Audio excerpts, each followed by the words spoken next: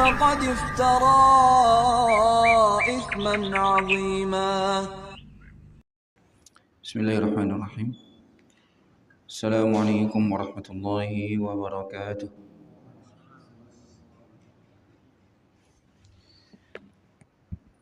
الحمد لله رب العالمين الرحمن الرحيم مالك يوم الدين.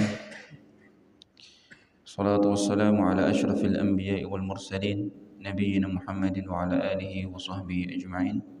أما بعد، ikhwati fillah rahimani wa rahimakumullah. Insyaallah pada hari ini kita akan bahas tentang hukum membaca basmalah sebelum surat Al-Fatihah dalam salat kita. Namun sebelumnya seperti biasa kita ingatkan pada diri kita pribadi untuk selalu mengikhlaskan niat dalam kajian hari ini. Semoga Allah Subhanahu wa taala berikan ganjaran sebaik-baiknya sebagaimana yang dijanjikan oleh Allah Subhanahu wa taala, yarfa'illahu alladhina amanu minkum walladhina utul ilma darajat. Allah mengangkat derajat orang-orang yang beriman dan juga orang-orang yang berusaha untuk menerima dan mendapatkan ilmu dari Allah Subhanahu wa taala. Kita bacakan hadis dari Nabi sallallahu alaihi wasallam yang ke 100. عن أنس بن مالك رضي الله عنه أن النبي صلى الله عليه وسلم وأبا بكر وعمر رضي الله عنهما كانوا يفتتحون الصلاة بالحمد لله رب العالمين. وفي رواية صليت مع أبي بكر وعمر وعثمان فلم أسمع أحدا منهم يقرأ بسم الله الرحمن الرحيم.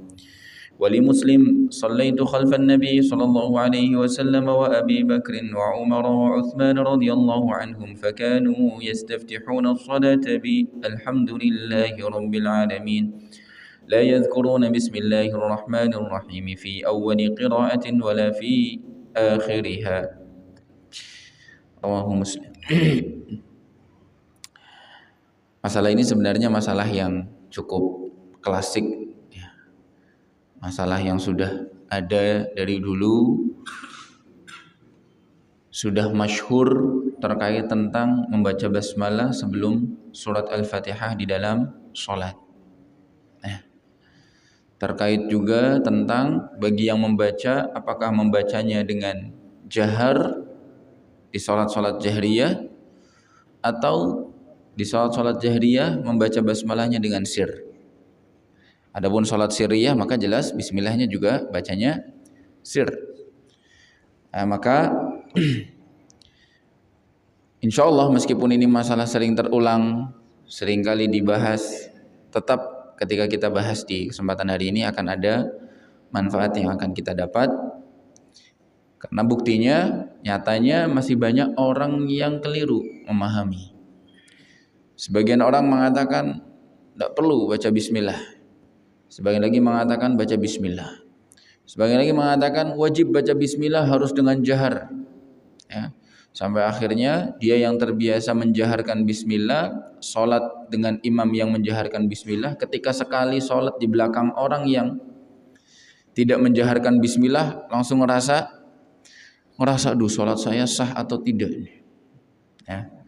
Sering terjadi bagi sebagian kaum muslimin. Sebagian lagi mengatakan enggak, yang bagus, yang benar baca bismillah tapi dengan sir. Kemudian ketika melihat ada imam di depan dia membaca bismillah dengan jahar, langsung bilang ini bid'ah, ini tidak sesuai sunnah. Maka hari ini insya Allah kita coba jelaskan kebenaran yang sesungguhnya, agar kita tidak keliru. Kata Syekh ketika menjelaskan hadis yang ke-100 ini, hadis yang ke-100 ini diriwayatkan oleh Imam Anas bin Malik radhiyallahu taala anhu. yaitu Anas yang hidup cukup lama bersama Rasulullah, ya, mulazamah. Mulazamah itu istilahnya selalu mendampingi beliau, tidak pernah absen atau jarang absen. Karena ibundanya sudah menitipkan. Nabi padahal tidak minta, tapi ibundanya yang menitipkan Anas bin Malik untuk jadi khadimnya Rasulullah, untuk jadi pembantunya Rasulullah Shallallahu Alaihi Wasallam. Ketika ibundanya berkata tentang perihal upah, ibundanya Anas cuma bilang, tolong doakan anak saya agar diberkahi usianya, agar diberikan kecerdasan dan juga dipanjangkan rezekinya. Maka Nabi Shallallahu Alaihi Wasallam doakan Anas bin Malik radhiyallahu taala anhu, di antaranya doa panjang umur dan juga banyak anak dan juga banyak rezeki. Ya. Disebutkan Anas bin Malik usianya kalau tidak salah, nanti dicek lagi, lebih dari 100. Ya. Anaknya lebih banyak lagi. Anak-anaknya juga lebih dari 100. Anak ini bisa berarti anak kandung langsung, bisa juga anak cucu, keturunannya. Dan Anas bin Malik radhiyallahu masih bisa bertemu cucu-cucunya yang banyak, ya, dan beliau masih bisa bercanda dengan anak-anak cucunya. Keturunannya banyak, ya. Sampai disebutkan, kita pernah sebutkan ya, bahwa Anas bin Malik tawaf mengelilingi Ka'bah, satu grup isinya cuma keluarga sendiri, ya. Cuma satu grup, rombongannya sendiri sudah penuh oleh keluarganya sendiri. Juga hartanya, ya, Anas bin Malik termasuk sahabat yang Allah Subhanahu wa taala berikan karunia rizki yang berlimpah atas doa Rasulullah sallallahu alaihi wasallam. Masyaallah. Nah, Anas mengaku di masa hidup beliau yang panjang, yang cukup lama mendampingi Rasulullah sallallahu alaihi wasallam, beliau sering juga sholat bersama Rasulullah. Kata Anas, Nabi sallallahu alaihi wasallam, Abu Bakar, Umar, ya, bahkan disebutkan dalam riwayat lain, aku sholat bersama Abu Bakar, bersama Umar, bersama Utsman juga, ya, bersama Utsman. Kanu yaftatihuna shalah bi alhamdulillahi rabbil alamin. Mereka semuanya memulai salat mereka dengan langsung membaca alhamdulillahi rabbil alamin. Ya, dalam riwayat yang lain, falam asma' ahadan minhum yaqra bismillahirrahmanirrahim. Kata Anas, aku tidak pernah dengar salah seorang dari mereka, Rasulullah, Abu Bakar, Umar, dan juga Utsman, membaca basmalah, membaca bismillahirrahmanirrahim. Ya. Dalam riwayat yang lain dipertegas lagi, mereka tidak membaca bismillah di awal maupun di akhir. Sehingga hadis-hadis ini cukup memberikan, ya, berbagai macam pemahaman. Kita langsung sebutkan di antara khilaf yang ada di kalangan para imam-imam, di antara ulama-ulama kita yang Allah Subhanahu wa taala berkahi kehidupan mereka, terkait tentang membacanya dulu sebelum kita masuk bahas tentang hukum dijahar atau disirkan. Membaca atau tidak dulu. Jumhur ulama yang tergabung dari 3 ulama masyhur, Abu Hanifah, Imam Syafi'i, dan juga Imam Ahmad, berpendapat bahwa disunahkan baca basmalah. Memilih untuk membaca bismillahirrahmanirrahim sebelum surat Al-Fatihah. Sedangkan Imam Malik seorang di antara 4 mazhab ini, Imam Malik seorang, beliau berpendapat tidak disyariatkan baca basmalah. Ya, tidak dicatatkan bismillah. Kalau dalil yang menganjurkan membaca bismillah jelas banyak sekali, termasuk yang tadi sudah kita bacakan.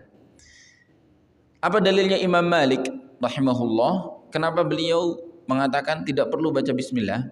Ya, beliau mengamalkan lafaz hadis Anas bin Malik ketika Anas membuat pengakuan la yadhkuruna bismillahirrahmanirrahim fi awwali qiraah wala fi akhiriha.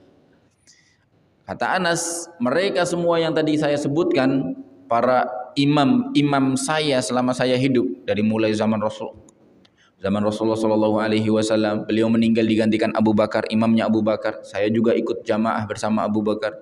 Digantikan Umar, saya juga jadi jamaahnya Umar. Digantikan Utsman, saya juga dijadikan jamaahnya Utsman bin Affan radhiyallahu taala anhum. Ajmain tidak membaca bismillah di awal maupun di akhir. Ini ucapannya Anas bin Malik radhiyallahu taala anhu yang dijadikan pegangan oleh Imam Malik rahimahullah.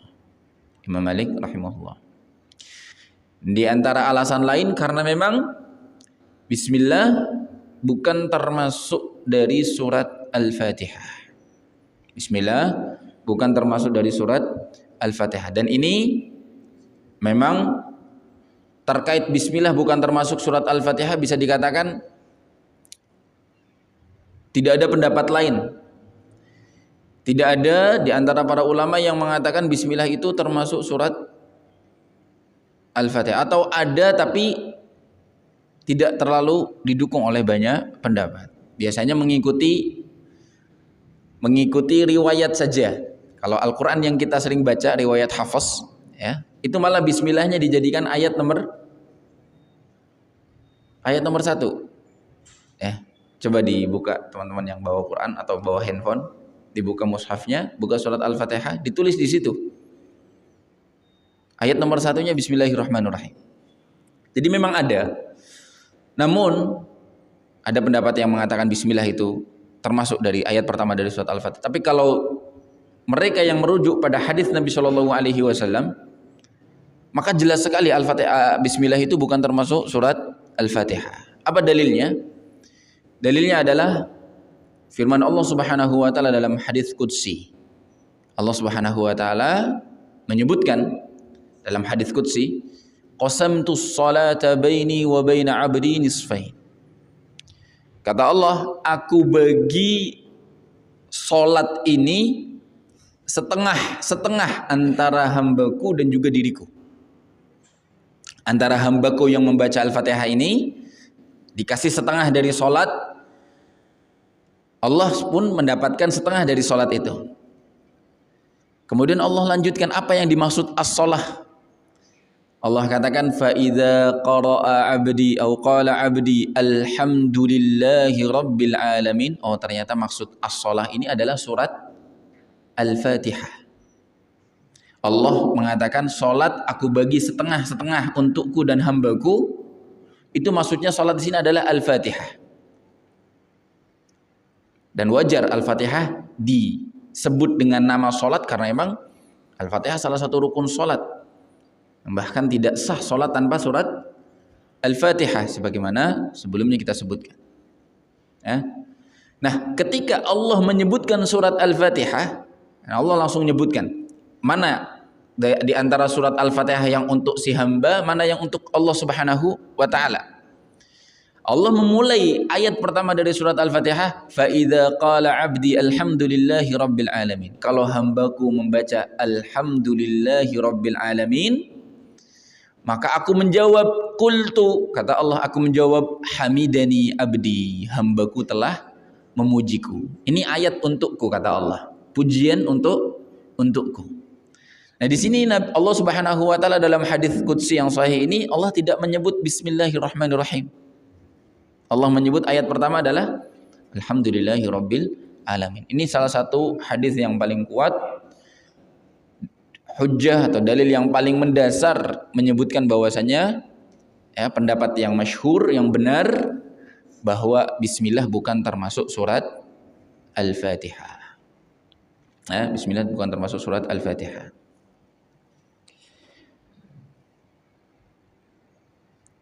Lalu bagaimana dengan Bismillah yang ada di mushaf-mushaf kita, kenapa dijadikan nomor 1, ayat nomor 1? Ini memang riwayat yang memang sudah turun-temurun, ya. Dan insya Allah riwayat beliau, riwayat Hafiz ibn Asim juga salah satu riwayat yang diakui di antara qiraat-qiraat yang sah, thiqah. Ya, boleh kita merujuk kepada qiraat seperti itu. Ya, namun kalau menurut hukum fikih akan dikatakan bismillah bukan termasuk surat Al-Fatihah. Nanti ini juga berkaitan tentang bagaimana kita memotong-motong bacaan surat Al-Fatihah. Karena ya, salah satu keyakinan lagi terkait surat Al-Fatihah yang harus kita pegang dan tidak boleh kita menyelisihinya, bahwa surat Al-Fatihah itu jumlahnya berapa ayat? Boleh nggak kita mengatakan 6 atau Al-Fatihah 8 ayat? Maka sebagaimana yang kami ketahui, disebutkan bahwasanya para ulama menyebutkan surat Al-Fatihah itu harus 7 ayat. Harus 7 ayat. Karena di dalam Al-Qur'an Allah Subhanahu wa taala sebut Al-Fatihah ini dengan as-sab'u al-mathani. As-sab'u itu apa? As-sab'u itu 7, ya. Ayat tentang as-sab'ul mathani ada di dalam surat, sebentar. Walaqad atainaka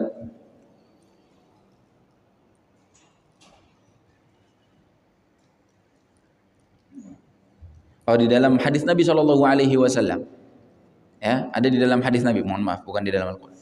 Dalam hadis Nabi SAW, Nabi mengatakan, aku telah diberi oleh Allah as-sab'ul mathani, satu surat yang berisi 7 ayat, yang mathani maksudnya selalu diulang-ulang ayat ini, surat ini, yaitu surat Al-Fatihah.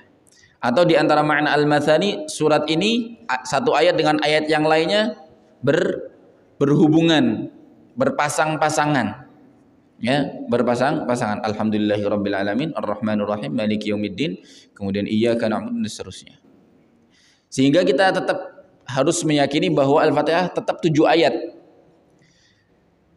Ini kita bicara tentang Al-Fatihah 7 ayat dulu sebelum kita membahas tentang pendapat tentang membaca basmalah di dalam surat Al-Fatihah atau dalam sholat.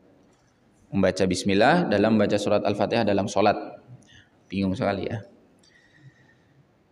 Kalau mereka yang meyakini bahwasanya bismillah adalah ayat yang pertama, seperti di dalam mushaf-mushaf yang kita baca, riwayat Hafiz, riwayat masyhur yang kita baca, kalau di riwayat di luar Hafiz, bismillah bukan termasuk ayat yang pertama. Ya, tapi ya qadarullah, Al-Quran yang masyhur yang dipakai di negeri kita, Indonesia, termasuk di Arab Saudi juga, dan juga beberapa banyak negara, itu mushaf riwayat Hafiz. Disebutkan ayat pertamanya Bismillahirrahmanirrahim. Maka ayat yang kedua adalah Alhamdulillahirabbil alamin. Ayat yang ketiga Ar-Rahmanir-Rahim. Yang keempat Maliki yaumiddin. Yang kelima Iyyaka na'budu wa iyyaka nasta'in. Yang keenam Ihdinas siratal mustaqim. Yang ketujuh full dari siratal ladzina an'amta 'alaihim ghairil maghdubi 'alaihim waladdallin. Dari sirata sampai waladdallin itu 1 ayat. 1 ayat. Ya. Bahkan dituliskan di dalam mushaf tersebut, mushaf Hafiz yang sering kita baca, itu tidak ada tanda waqaf di situ. Sehingga di antara hukumnya ketika membaca ayat ini, yang paling afdol itu tidak dipotong di siratal ladzina an'amta 'alaihim, kemudian berhenti, waqaf. Kalau mengikuti qiraat Hafiz ini, yang paling afdal adalah digabung dari siratal ladzina sampai waladdallin dengan 1 nafas. Nah, kalau mampu. Nah, kadang-kadang sebagian dari kita ada yang tidak mampu nafasnya. Siratal ladzina an'amta 'alaihim sudah ngos-ngosan. Nah, maka nanti kita sebutkan mana yang paling afdal. Kalau ketika kita tidak mampu nafasnya tidak sepanjang 1 ayat ini. Tapi kalau mereka yang mengikuti hadis Qudsi tadi yang kita sebutkan bahwa Al-Fatihah adalah ayat yang pertama, maka ayat yang pertama Alhamdulillahirabbil alamin, yang kedua Ar-Rahmanir Rahim, ketiga Maliki yaumiddin, Keempat, iyyaka na'budu wa iyyaka nasta'in. Kelima, ihdinas siratal mustaqim. Yang keenam, siratal ladzina an'amta 'alaihim. Yang ketujuh, ghairil maghdubi 'alaihim waladdallin. Ya. Intinya tetap harus dijadikan surat Al-Fatihah itu 7 ayat. Ya.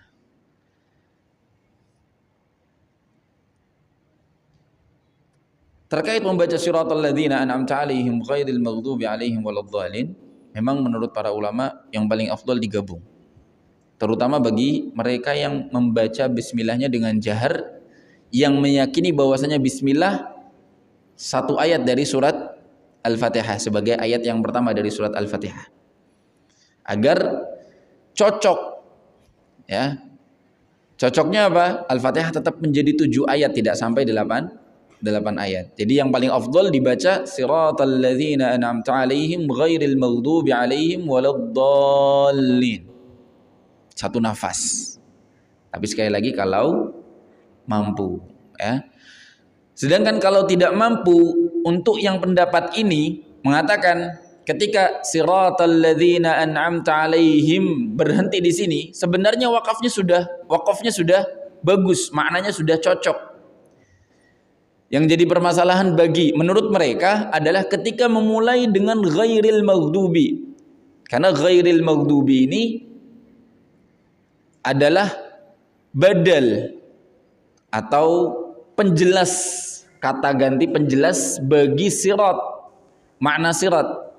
Kan kalau kita ngecek maknanya itu kan, ya Allah, hidayahi kami, tunjuki kami jalan yang lurus. Apa itu jalan yang lurus? Siratal ladzina an'amta 'alaihim. Jalannya orang-orang yang engkau berikan karunia nikmat kepada mereka. Ghairil maghdubi 'alaihim, masih nyambung. Bukan orang-orang yang engkau murkai. Jadi kata ghairil maghdubi 'alaihim yang bermakna bukan orang-orang yang engkau murkai, itu satu makna, satu kalimat yang lebih baik tidak dipisah kalau melihat dari maknanya. Ya, sehingga mereka menganjurkan bagi yang nafasnya tidak kuat, maka jangan berhenti di siratal ladzina an'amta 'alaihim, tapi berhentinya di siratal ladzina an'amta 'alaihim ghairil maghdubi 'alaihim di sini. Kemudian dia ulang lagi, ghairil maghdubi 'alaihim waladdallin. Ini menurut pendapat yang mengatakan seperti itu, yang paling afdal cara bacanya seperti itu.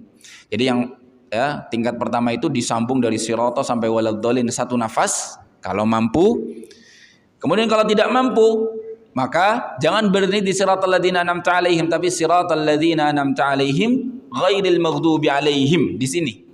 Ghairil maghdubi 'alaihim berhenti di sini, lalu diulang lagi ghairil maghdubinya. Karena kita berhenti bukan di tempatnya, jadi diulang lagi biar maknanya nyambung. Ghairil maghdubi 'alaihim waladdallin, seperti itu. Ayyuhal rahimani wa rahimakumullah. Tapi kalau misalnya melihat bahwasanya ya pendapat yang masyhur mengatakan bahwasanya bismillah bukan termasuk surat Al-Fatihah. Ditambah lagi riwayat bahwa Nabi SAW disebutkan di antara kebiasaan beliau ketika membaca Al-Fatihah itu memotong ayat satu-satu, tidak disambung. Dan disebutkan bahwasanya bagi yang ayat Al-Fatihah pertamanya adalah Alhamdulillahirabbil alamin, maka ayat yang ketujuhnya dimulai dari mana? Bukan. Yang mulai ayat pertamanya Alhamdulillahirabbil alamin, ayat ketujuhnya apa? Ghairil maghdubi 'alaihim waladdallin. Kalau dikatakan bahwa ghairil maghdubi 'alaihim waladdallin adalah ayat tersendiri, maka boleh-boleh saja seseorang memulai dari ghairil maghdubi 'alaihim waladdallin karena memang itu awal ayat atau ujung ayat. Sehingga tidak masalah bagi mereka yang mengatakan Al-Fatihah ayat pertamanya adalah Alhamdulillahirabbil alamin. Nah, ini perlu disampaikan. Lalu bagaimana kesimpulannya?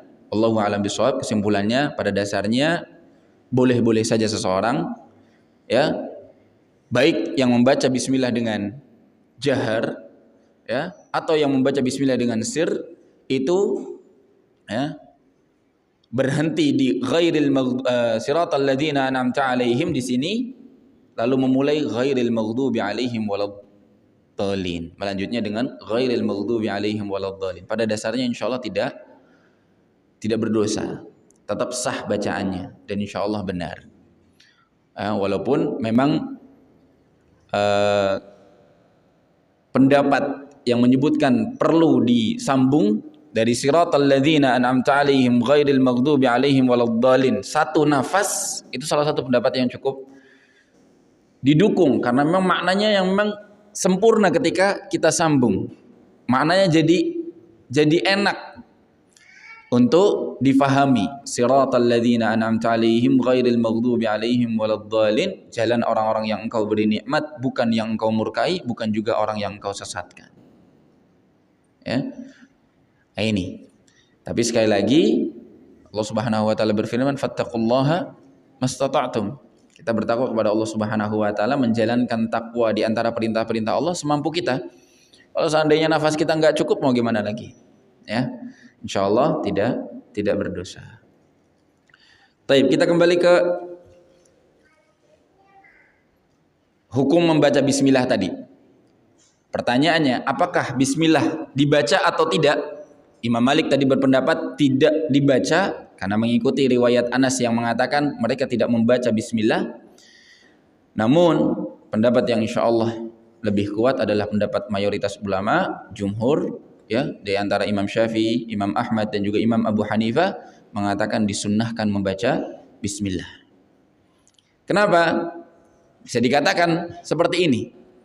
Anas bin Malik mengatakan Nabi Shallallahu Alaihi Wasallam, Abu Bakar, Umar dan Utsman ketika mengimami Anas di lintas generasi tadi, Anas bilang mereka tidak baca, itu bisa jadi Anas tidak mendengar tapi tetap membacanya dengan sir. Yang membacanya dengan sir. Sehingga insyaallah pendapat yang kuat menyebutkan bahwa membaca bismillah itu disunnahkan sebelum membaca surat Al-Fatihah. Dan ini pada dasarnya juga ya menjadi sunnah yang ada di dalam Al-Qur'an. Kita lihat di dalam Al-Qur'an setiap awal surat dimulai dengan basmalah. Kalau kita baca di tengah-tengah surat memang tidak dianjurkan membaca bismillah karena memang di alam Al-Qur'an tengah-tengah surat tidak ada yang dikasih bismillah. Yang dikasih bismillah adalah awal surat, alif lam mim, ya, alif lam mim ra, atau surat-surat di dalam juz amma juga setiap awalnya diberikan bismillah kecuali surat At-Taubah. Sehingga disunahkan membaca bismillah sebelum memulai surat Al-Fatihah. Ini insyaallah pendapat yang rajih, yang kuat. Nah, sekarang kembali ke apa pendapat para ulama yang jumhur ini mengatakan bahwasanya bismillah disunnahkan, ditambahkan hadis Abu Hurairah radhiyallahu taala anhu. Ya, karena kita berusaha mengamalkan semua hadis yang sampai kepada kita dari para sahabat-sahabat Nabi. Kita pernah sebutkan pada kesempatan yang lalu bahwa di antara alasan kenapa kok sering terjadi perbedaan di antara kaum muslimin karena seringkali yang satu mengamalkan hadis yang dia tahu, ya, tidak mengamalkan hadis lain yang dia tidak tahu. Yang satunya lagi mengamalkan hadis yang tahu, tidak mengamalkan hadis kelompok sebelahnya.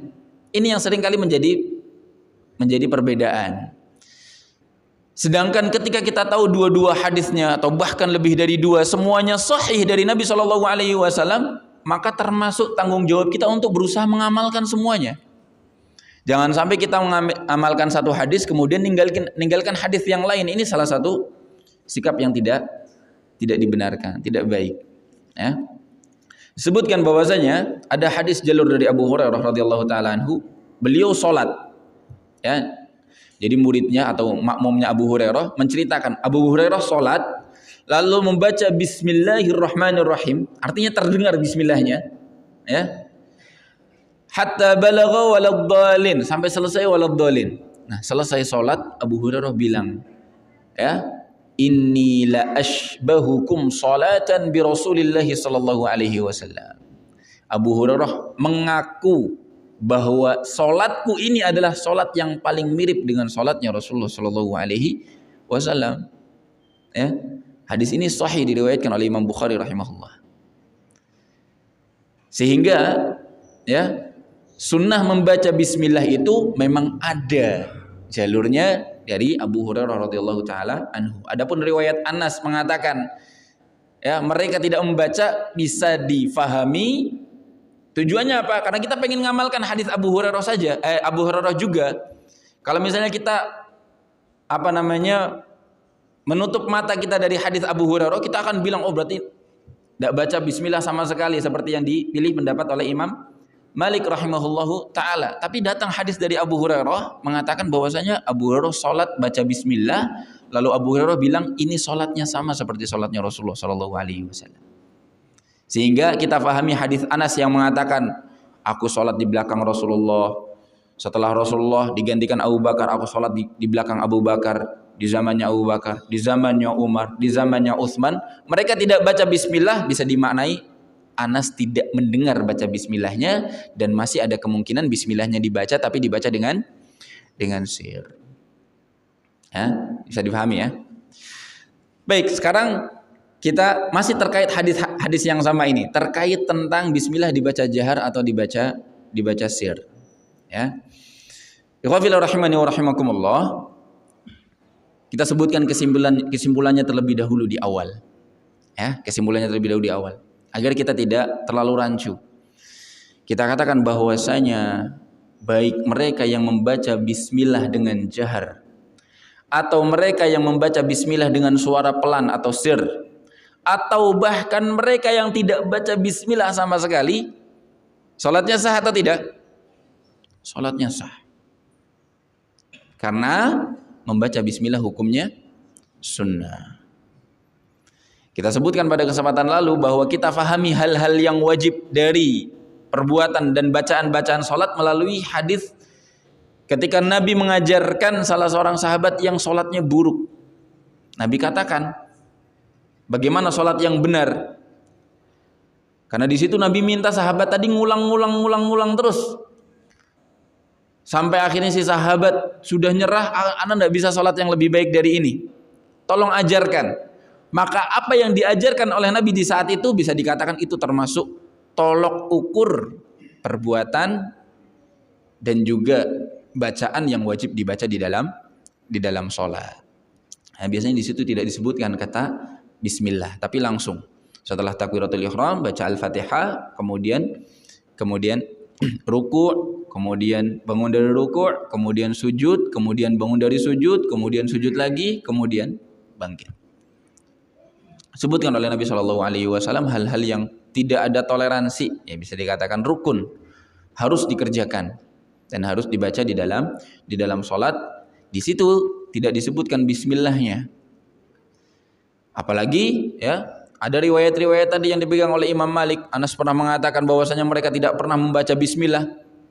Jadi boleh-boleh sah-sah saja bagi Imam Malik mengatakan tidak disunahkan baca bismillah, karena memang Anas sendiri yang mengatakan mereka, Nabi, Abu Bakar, Umar, Utsman tidak baca bismillah. Kata Anas bin Malik radhiyallahu taala anhu, pembantu Rasulullah yang melazimi Rasulullah dan juga hidup di zaman tiga sahabat yang mulia ini. Dan Anas salah seorang sahabat yang mulia, hadisnya pun dicantumkan oleh Imam Bukhari dan Muslim dalam kitab mereka. Jadi wajar saja, meskipun tadi kita katakan pemahaman yang benar pada pengakuan Anas itu bukan mesti tidak dibaca, tapi mungkin dibaca tapi tidak didengar oleh Anas bin Malik radhiyallahu taala anhu.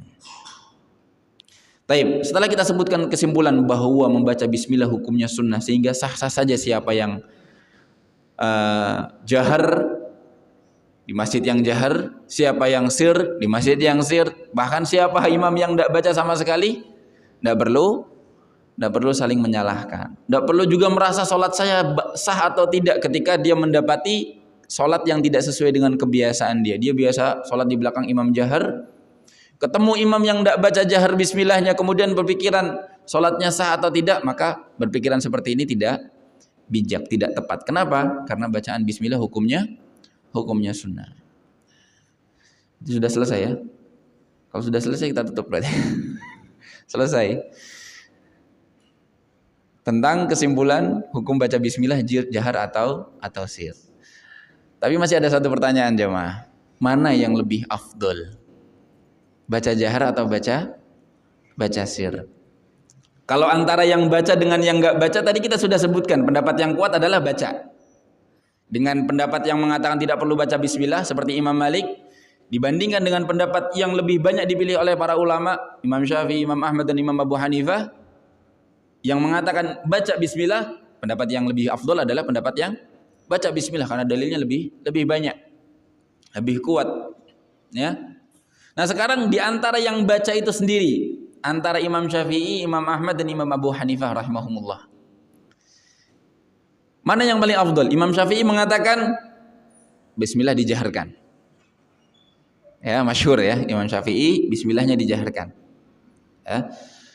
Sedangkan Imam Ahmad dan Imam Abu Hanifah bahkan disebutkan bahwa di antara riwayat Imam Ahmad masyhur, ya, tidak ada perbedaan di dalam mazhab Imam Ahmad bahwa mereka menganjurkan bismillah tidak dijaharkan.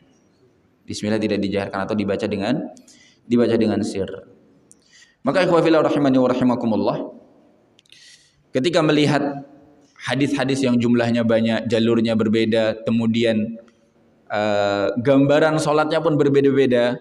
Hadis Anas mengatakan bismillah tidak dibaca, hadis Abu Hurairah membaca bismillah, bahkan dijaharkan mungkin di beberapa jalurnya.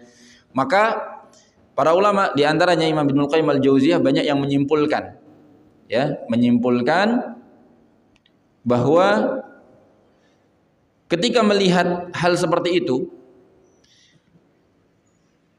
melihat juga hadis-hadis yang mengatakan tidak dijaharkannya bismillah lebih banyak,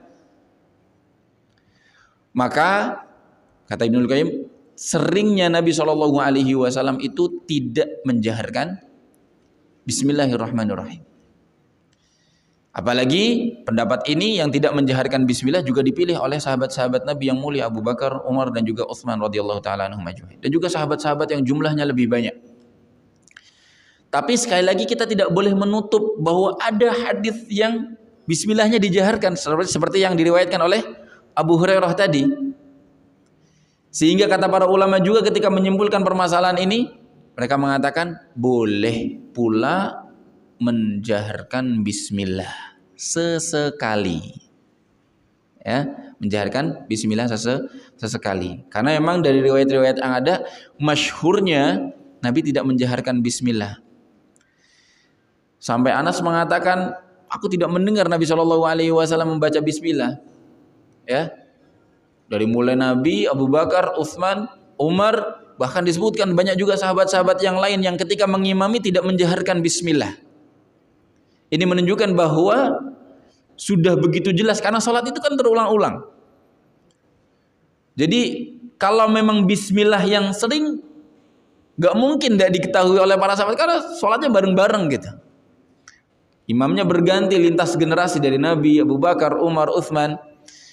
Sehingga termasuk Ibnul Qayyim al-Jauziyah mengatakan, termasuk mustahil kalau seandainya Nabi menganjurkan lebih sering bismillah, tapi kok malah riwayat-riwayat yang ada mengatakan bahwasanya mereka tidak mengucapkan bismillah. Sehingga disimpulkan yang masyhur dan yang lebih sering dilakukan oleh Nabi SAW adalah tidak menjaharkan bismillah. Boleh nggak baca bismillah? Sekali lagi boleh dengan jahar, karena memang ada riwayatnya. Tapi tidak lebih sering daripada yang bismillahnya disirkan, ya. Ya khafillah rahimani wa rahimakumullah. Inilah yang dijadikan dalil Imam Abu Hanifah dan juga Imam Ahmad menyelisihi Imam Syafi'i. Imam Syafi'i yang menganjurkan dijaharkan, Imam Abu Hanifah, Imam Ahmad menganjurkan untuk disirkan, ya. Jadi Anas bin Malik radhiyallahu taala anhu itu mendampingi Rasulullah kurang lebih sampai 10 tahunan. Selama 10 tahun itu beliau mengatakan, Anas tidak pernah dengar Nabi baca bismillah, ya. Nah, mungkin di salah satu sholat yang Anas tidak hadir, kemudian Abu Hurairah hadir atau sahabat yang lain di antara jalur yang mengatakan Nabi baca bismillah dengan jahar, ini yang menjadi dalil atau landasan bahwa boleh-boleh juga dan sah-sah juga, ada tuntunannya juga mereka yang menjaharkan bismillah, ya. Jadi wallahu taala alam bisawab. Ikhwafillah rahimani wa rahimakumullah. Ini ringkasan dari khilaf di antara para ulama berkaitan tentang pembacaan bismillahirrahmanirrahim. Taib ikhwafillah rahimani wa rahimakumullah. Nah, setelah hadis ini kita akan berpindah ke bab yang baru, ya. Bab yang baru itu bab tentang sujud sahwi. Ya, dalam kitab ini babnya langsung tentang sujud sahwi. Maka ada baiknya kita sebutkan beberapa kesalahan-kesalahan yang fatal di dalam membaca surat Al-Fatihah yang bisa beresiko membuat sholat seseorang tidak sah. Ini merujuk rukun hukum surat Al-Fatihah yang menjadi rukun sholat. Kita pernah sebutkan bahwasanya Nabi SAW bersabda, la salata liman lam yaqra bi fatihatil kitab. Tidak sah sholat orang yang tidak baca Al-Fatihah. Dengan rincian hukumnya yang pernah kita sebutkan, sudah dijelaskan antara imam, munfarid dan makmum, ya. Sehingga ketika membaca Al-Fatihah pun harus sebaik mungkin dan sesempurna mungkin, tidak ada keliru. Tidak ada keliru. Orang yang membaca surat Al-Fatihah keliru sampai merubah makna, maka hukumnya bermacam-macam. Pertama, kalau dia tidak tahu, memang salahnya karena nggak tahu dan belum sempat belajar, bukan tidak mau belajar ya, belum sempat belajar, maka sholat-sholat yang pernah dikerjakan dengan bacaan Al-Fatihah yang keliru ini di masa itu sah. Tapi mereka yang keliru tidak tahu, tapi ternyata males belajar, bukan karena nggak bisa, tapi nggak mau belajar. Banyak orang yang mengira sholatnya sudah sah, datang pengajian saja malas misalnya, apalagi mau mendalami bacaan Al-Fatihah dengan yang fase yang lebih sesuai hukum-hukum tajwid panjang pendek dan lain sebagainya. Yang seperti ini maka jelas ada celaknya dan bisa saja sholat-sholatnya tidak sah. Sholat-sholatnya tidak sah. Maka penting bagi kita untuk mempelajari bacaan Al-Fatihah dengan benar, minimalnya jangan sampai melakukan kesalahan-kesalahan yang merubah makna. Karena kita pernah sebutkan bahwa kesalahan dalam membaca itu, membaca Al-Quran, ada yang namanya al-lahnul jali, ada yang namanya al-lahnul khafi. Ringkasnya, walaupun sebenarnya detailnya banyak definisi tentang kesalahan ini, namun ringkasnya, kesalahan yang fatal adalah kesalahan yang sampai merubah makna. Ini yang bisa merubah hukum sholat kita. Kesalahan yang tidak fatal adalah kesalahan yang tidak sampai merubah makna dari surat Al-Fatihah tersebut dan insya Allah tidak mempengaruhi sholat seseorang. Ya, kalau misalnya ketika seseorang sudah sholatnya keliru-keliru, bacaan Al-Fatihahnya dia malas belajar, jelas Allah Subhanahu Wa Taala akan dengan kemahaadilan Allah Subhanahu Wa Taala. Apakah disamakan antara orang yang mau belajar tapi tetap salah dengan orang yang tetap salah tapi nggak mau belajar? Jelas tidak disamakan. Lebih parah lagi, yang sudah salah dikasih tahu kemudian tetap kekeh ngerasa dirinya sudah benar. Nah, ini lebih parah lagi. Artinya dia salahnya sengaja. Sudah dikasih tahu ini salah sampai merubah makna, jangan. Tapi dia tetap kok enggak, saya benar. Jelas ini salatnya tidak sah. Karena dia salahnya sengaja. Salahnya sengaja. Lalu bagaimana kalau kita mendapati imam yang bacaan Al-Fatihahnya salah? Jadi pertama, ketika kita mendapati imam yang bacaan Al-Fatihahnya salah, kita lihat salahnya. Karena salah itu kan bertingkat-tingkat tadi, bermacam-macam. Kalau salahnya ringan, salahnya tidak sampai merubah makna, insya Allah sholat kita di belakang imam tersebut sebagai makmum sah juga. Insya Allah sah juga. Bahkan meskipun bacaan kita lebih afdal daripada bacaan imam tersebut. Kenapa? Karena minimalnya imam sudah merealisasikan bacaan Al-Fatihah yang tidak salah fatal. Itu cara batas minimalnya. Jadi insya Allah salat kita meskipun kita merasa saya bacaannya lebih afdal daripada imam tersebut, selama salahnya tidak sampai merubah makna, insya Allah salat kita sah. Yang dijadikan perdebatan oleh para ulama adalah ketika kita mendapati seorang imam yang bacaan Al-Fatihahnya tidak baik, salah-salah, ya, dan salahnya fatal sampai merubah makna, dan posisi kita, statusnya kita sudah belajar bacaan Al-Fatihah kita sudah lebih baik, lebih benar daripada si imam. Ini yang sering kami baca, banyak di antara para ulama yang mengatakan sholat si makmum ini tidak sah. Karena dia mampu untuk melaksanakan membaca surat Al-Fatihah yang lebih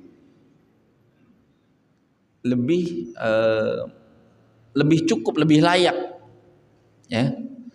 Sehingga banyak juga di antara para ulama yang menganjurkan bagi makmum ini untuk mengulangi bacaan Al-Fatihah, mengulangi sholatnya. Untuk makmum yang lain yang statusnya, mohon maaf, lebih tidak tahu daripada imam yang salah-salah baca itu, bisa dikatakan sah. Kenapa? Karena mereka tidak bisa mendatangkan yang lebih afdol daripada si imam yang salah-salah tadi. Status mereka sama-sama jahil misalnya tentang hukum kesalahan-kesalahan dalam membaca surat Al-Fatihah. Tapi bagi mereka yang sudah tahu hukumnya dan qadarullah dapat imam yang salahnya fatal, sebelum itu sebenarnya kita masih bisa memperbaiki dengan mengingatkan imam di tengah-tengah baca Al-Fatihah tersebut. Jadi ketika misalnya imamnya baca, kita contohkan satu salah misalnya. Baca siratal ladzina an'amtu alaihim misalnya. Ya, salah apa benar? Salah. Ya. Mungkin dia baca Al-Qur'an yang tanpa harokat dan enggak pernah dengar bacaan langsung. Jadi tanpa harokat, an'amta itu kan bisa dibaca an'amta atau an'amtu. Tapi jelas makna yang benar adalah an'amta, jalan yang engkau ya Allah berikan nikmat kepada mereka. Sedangkan kalau dibaca an'amtu, artinya jalan yang aku beri nikmat. Kok jadi aku yang baca sendiri yang ngasih nikmat? Salah, jelas fatal. Yang ngasih nikmat adalah Allah Subhanahu wa taala, engkau ya Allah. Jadi baca yang benar siratal ladzina an'amta alaihim. Jadi kalau misalnya seandainya, walaupun ini jarangnya kasusnya jarang ya baca an'amtu dengan an'amta ya. Tapi kalau misalnya benar, salahnya keliru fatal seperti itu sampai merubah makna, maka kita makmum punya tanggung jawab untuk mengingatkan. Ditanbih subhanallah atau langsung diingatkan siratal ladzina an'amta, bacakan yang benar agar imam tahu. Kemudian kalau dia mau memperbaikinya sesuai dengan peringatan kita, maka masalah selesai, salat kita tetap sah insyaallah. Jadi awalnya imamnya baca salah siratal ladzina an'amtu alaihim, langsung kita ingatkan sebagai makmum siratal ladzina an'amtu alaihim, dan dia langsung mengulanginya dengan bacaan yang benar sesuai dengan yang kita perbaiki, masalah selesai. Tapi kalau misalnya kita tidak sempat memperbaikinya, atau mungkin diperbaiki tapi tetap ngotot, maka bagi kita yang mengetahui sholat yang lebih benar, bacaan Al-Fatihah yang lebih benar, lebih baik kita mengulangi sholat kita. Adapun bagi jamaah yang lain mungkin tidak lebih tahu daripada si imam, sebagian ulama menyebutkan bagi mereka sholatnya sah-sah saja, karena mereka memang mau diulang juga tidak mampu menghadirkan bacaan yang lebih afdal daripada imam yang salah-salah tadi. Tapi bagi kita yang tahu, lebih baik mengulang sholat kita, ya. Memang ini tanggung jawab yang cukup berat menjadi seorang imam, ya, sehingga berhati-hati ketika diri kita merasa tidak cukup mempelajarinya. Jadi di antara hal yang perlu dipenuhi ketika kita mengimami, bacaan dan juga hukum sholat itu sendiri, fikihnya. Maka jangan memaksakan diri kita untuk maju. Atau ketika kita kenal ada seseorang yang suka jadi imam di antara keluarga kita, tapi ternyata memang tidak layak menjadi imam, maka kita tahu diri, kemudian menegurnya, mengingatkan keluarga kita, saudara kita, bapak kita atau siapapun, diminta untuk mempelajari lagi. Barulah ketika sudah layak, minimalnya tahu bacaan yang benar, sesuai makna yang benar, kemudian tahu hukum fikih minimalnya tentang sholat-sholat, ya, gerakan-gerakan sholat dan juga bacaan-bacaannya, kesalahan-kesalahan dalam sholat, barulah layak menjadi imam. Karena memang semakin besar tanggung jawabnya, semakin besar haknya juga. Ketika seorang sudah dipilih menjadi imam, dia berhak menguasai masjid ini dengan kontrolnya dia, dengan kendalinya dia. Kapan mau mulai qomat, boleh nggak dia pengen nunggu dulu Ketika dia belum datang, wajib ditunggu. Jangan langsung buru-buru. Kalau sudah dijadikan imam rawatib, seharusnya seperti itu. Ya. Nah, ini kadang-kadang di masjid ini juga kadang-kadang kalau sudah bunyi langsung, ya. Kalau Pak Sahiro sering saya kasih tahu, Pak tunggu bentar Pak, minimal 1 menit barangkali, ya. Motornya lagi berhenti di lampu merah ya. Kan cuman 1 menit nggak apa-apa, tunda 1 menit. Maka kadang-kadang kalau Pak Sahiro sudah nunggu, jamaah yang lain yang nggak sabaran, kegian komat. Ini sebenarnya ndak beradab sama imam rawatibnya. Kurang beradab. Kasih waktu sebentar, 1 menit, 2 menit. Karena ini cuman buatan manusia. Nggak jadi aturan baku yang bersumber dari dalil Al-Quran maupun Sunnah, ndak ada. Ya, waktu 5 menit setelah azan sampai qomat 10 menit itu cuman buatan manusia. Pada dasarnya di dalam hukum sholat ini haknya imam. Ketika dia terlambat wajib ditunggu. Nabi SAW pernah terlambat sholat isya sampai mungkin jam 9, jam 10 sudah mau pertengahan malam Nabi belum keluar. Para sahabat sampai ngantuk-ngantuk karena mereka tahu Nabi bakal datang. Ya, mereka nggak berani ada yang maju untuk mendahului Nabi SAW. Memang beliau Nabi beda dengan yang lain, tapi beliau kan dalam praktek beragama beliau jadi rujukan, jadi tuntunan bagi kita dalam beragama juga. Nah, sehingga bagusnya ketika imam belum datang, meskipun alarm sudah bunyi, alarm qomat sudah bunyi, tunda 1 menit, 2 menit, tunggu dulu. Ya. Nah, ini yang praktek yang bagus ya. Di sini imam rawatibnya Ustaz Salman. Maka ketika Ustaz Salman belum datang, jangan dipaksa untuk qomat dulu. Tahan 1 menit, 2 menit. Kalau sudah kira-kira kayaknya nggak datang, atau misalnya nggak datang karena sudah kebiasaan hari misalnya beliau biasanya hari malam minggu atau minggu beliau izin nggak berangkat ke masjid sini karena pulang kampung jenguk orang tuanya. Berarti boleh yang lain maju jadi imam. Kalau sudah diketahui bahwasanya beliau tidak akan datang. Ya, seperti itu ya. Nanti setelah adzan kita sebutkan beberapa contoh kesalahan dalam membaca surat Al-Fatihah. Tafadhol. Di antara contoh-contoh kesalahan yang fatal. Ini yang sering. Alhamdu alifnya dibaca ain. Alhamdu misalnya. Karena alhamdu itu alif lamnya adalah alif lam al-qamariyah, sering disebut seperti itu. Alif lam lit ta'rif. Kemudian katanya adalah hamdu, ya, sehingga kalau diganti ain seakan menjadi satu kata yang terdiri ain lam ham ha mim dal, yang maknanya bukan pujian untuk Allah Subhanahu wa taala. Kesalahan berikutnya yang fatal ya, yaitu mentasydid huruf yang tidak ada tasydidnya, menambah 1 huruf. Karena tasydid itu sebenarnya 2 huruf. Tasydid atau syiddah ya, yang gambarnya seperti huruf W ya. Itu sebenarnya 2 huruf. Yang satu sukun, 2 huruf yang sama, yang satu sukun, yang satu berharokat. Sehingga kalau misalnya ada 1 huruf yang aslinya tidak tasydid tapi dibaca tasydid, berarti kita nambah 1 huruf. Kalau sampai merubah makna, jelas ini termasuk lahnul jali atau kesalahan yang fatal.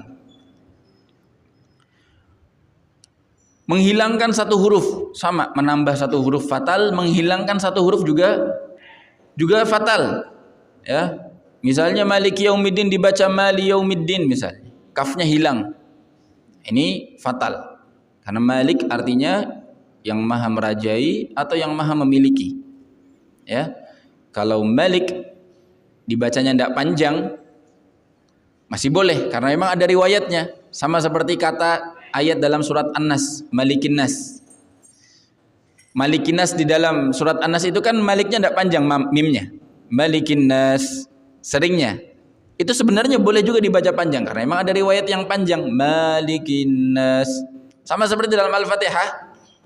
Ayat yang ketiga seringnya kita baca panjang, Maliki yaumiddin. Itu sebenarnya ada juga bacaan yang pendek dan sah, ada riwayatnya, Maliki yaumiddin, mimnya pendek dan itu boleh. Dua-duanya maknanya benar. Malik Ketika mimnya tidak panjang itu artinya raja. Raja kalau dalam bahasa Arab adalah atau dalam bahasa adalah seorang yang mengatur dengan ucapannya. Allah Subhanahu wa taala merajai yaumiddin karena Allah ngatur nanti dengan firman-Nya Allah. Masukkan ke dalam neraka, masukkan ke dalam surga, hisab, jangan hisab dan seterusnya. Ini semua hak Allah Subhanahu wa taala sebagai Malik tanpa alif. Mimnya pendek, Maliki yaumiddin sebagai Malik.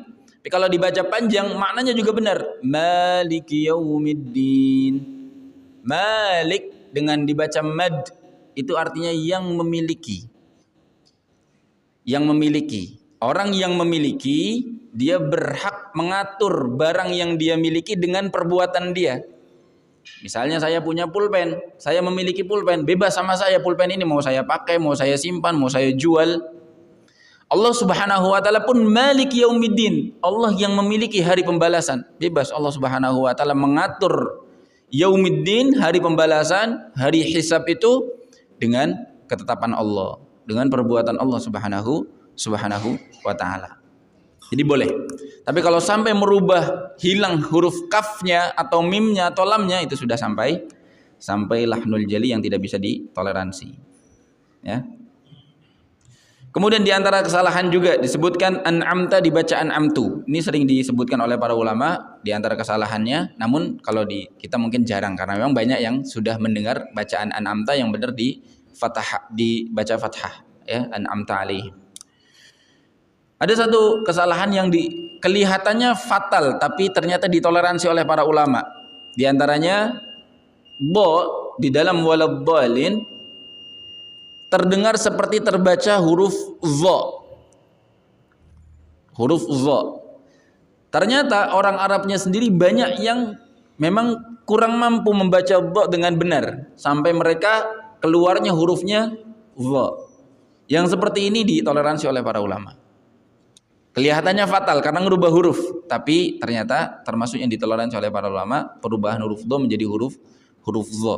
Banyak biasanya orang Mesir atau yang seperti mereka ya waladzallin karena memang susah bagi mereka untuk membaca huruf dha.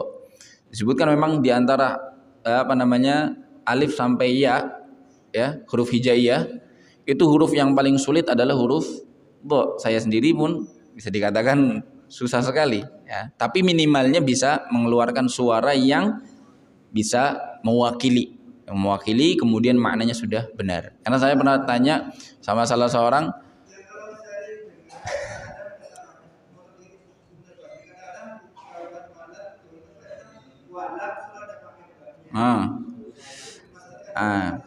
baik, ya itu sama hukumnya menambah satu huruf, tidak boleh merubah makna. Walabdolin salah ya, walabdol ini biasanya anak-anak tapi sampai tua nggak belajar akhirnya sampai tua baca seperti itu. Ya, waladhdallin. Kemudian yang keliru juga kadang-kadang yang berhenti di walad sebelum mulai dha. Walad dhal ini salah juga, seperti waqaf atau seperti saktah. Sebenarnya satu huruf yang tidak ada jedanya. Jadi dha-nya jangan sampai hilang, seakan-akan enggak kedengaran lagi. Waladhdallin nyambung. Ada yang bacanya waladhdallin. Nah, ini seakan-akan berhenti. Enggak boleh. Ya seperti itu ya, seakan-akan ada dua kata walad sama dhalin padahal itu kan ad-dhalin satu kata, jadi dibaca dengan bersambung tanpa berhenti tanpa jeda. Ini kurang lebih kesalahan-kesalahan dalam membaca surat Al-Fatihah. Sebenarnya dalam sholat ada saja kadang-kadang kesalahan yang muncul tiba-tiba ya, kadang-kadang dibahas tapi tidak keluar atau tidak dibahas ternyata kita alami. Ini bisa ditanyakan nanti di kemudian hari. Ya, wallahu a'lam bishawab. Sebelum ditutup, barangkali ada yang mau bertanya sambil nunggu Ustaz Salman. Fadhal. Ya, ini nggak apa-apa ya, sudah bunyi ya, jangan marah ya kalau kita molor sedikit, tidak langsung komat. Sambil nunggu Ustaz Salman. Tafadhal. Ada yang bertanya?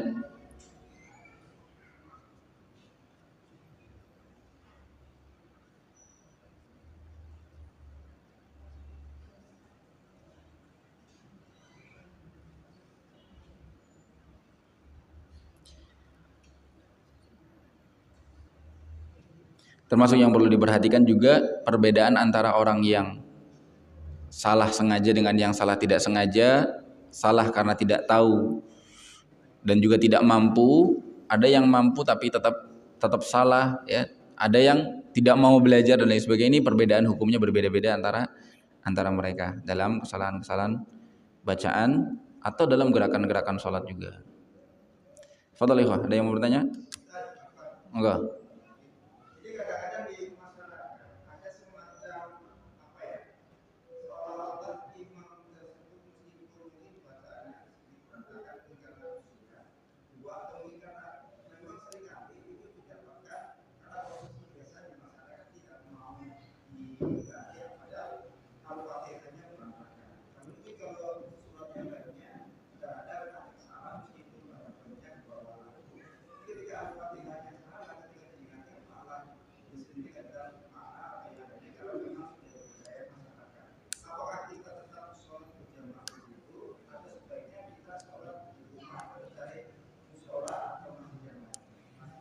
Tadi sudah disebutkan ya, bahwa kalau kita memang lebih mampu daripada imam tersebut, sholat kita tidak sah sebagai makmum.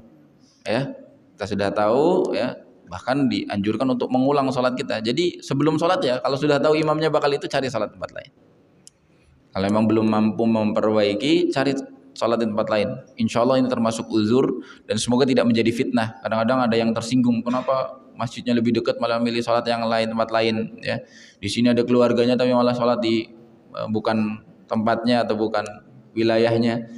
Nah, nanti kita sampaikan dengan baik-baik. Walaupun kalau memang alasannya karena di tempat lain suaranya lebih enak, ya misalnya, itu enggak dibenarkan. Lebih baik kita sholat di tempat yang paling dekat dengan kita. Kalau sudah memenuhi kriteria bacaan Al-Fatihahnya, hukumnya, gerakannya dan lain sebagainya. Kita sholat dengan imam tersebut. Jangan pindah gara-gara hanya milih suaranya yang lebih enak dan lain sebagainya, karena khawatir terjadi fitnah. Tapi kalau kasusnya seperti itu, sudah sampai keliru dan sudah nggak bisa diperbaiki, nggak mau diganti dan lain sebagainya, ini insya Allah uzur, kita boleh memilih sholat di tempat lain. Insya Allah, Allah alam. Ya.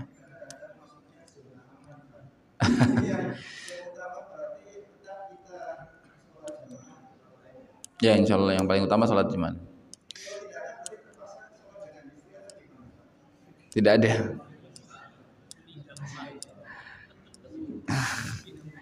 Ya fattakullah mastata'tum. Ya. Semampunya ya. Insya Allah banyak masjid ya, bahkan di Besar Batang aja di setiap 100 meter 200 meter itu ada 2 musola atau 3 musola, boleh milih. Tiap gang ada musola. Insya Allah ada. Kalau nggak ada ya.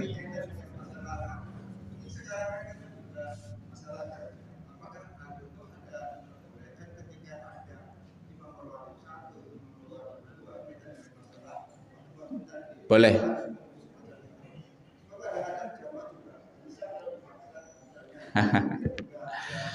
Makanya yang bagus disepakati dengan imam rawatib.